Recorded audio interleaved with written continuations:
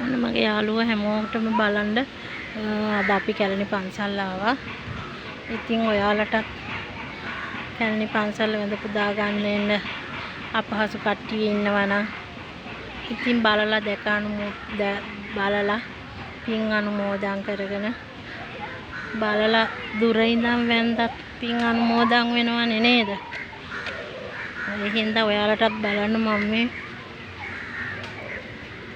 Video එකක් කළේ. දැක බලාගෙන සතුටු වෙලා දුර ඉඳන් හරි වන්දනාමාන කරන්න පුළුවන් නේද? ඒකත් පිනක්නේ. ඉතින් ඔයාලා හැමෝටම බලන්න මම මේ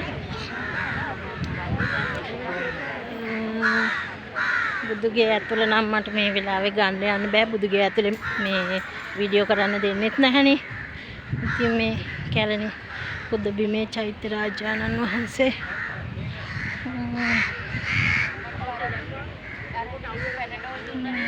චුට්ටක් අවසර නිසා මේ ගන්න අමාරුයි. එක තැන ඉඳලා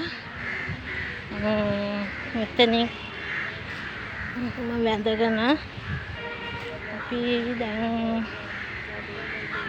යනවා.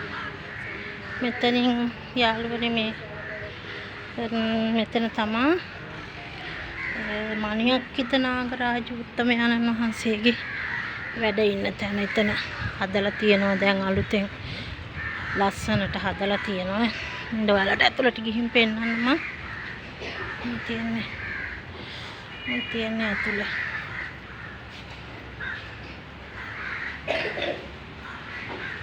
බලාගන්න.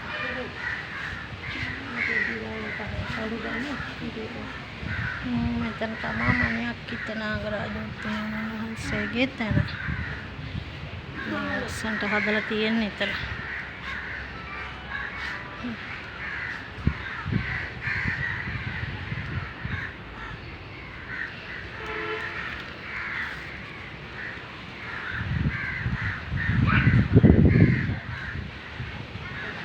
කැලණි ආවට කට්ටියට නම් ඉතින් බලන්න පුළුවන්. ඒ දුර ඉන්න අයට ඉතින් බලා ගන්න හරි පුළුවන් නේද? බලන්න.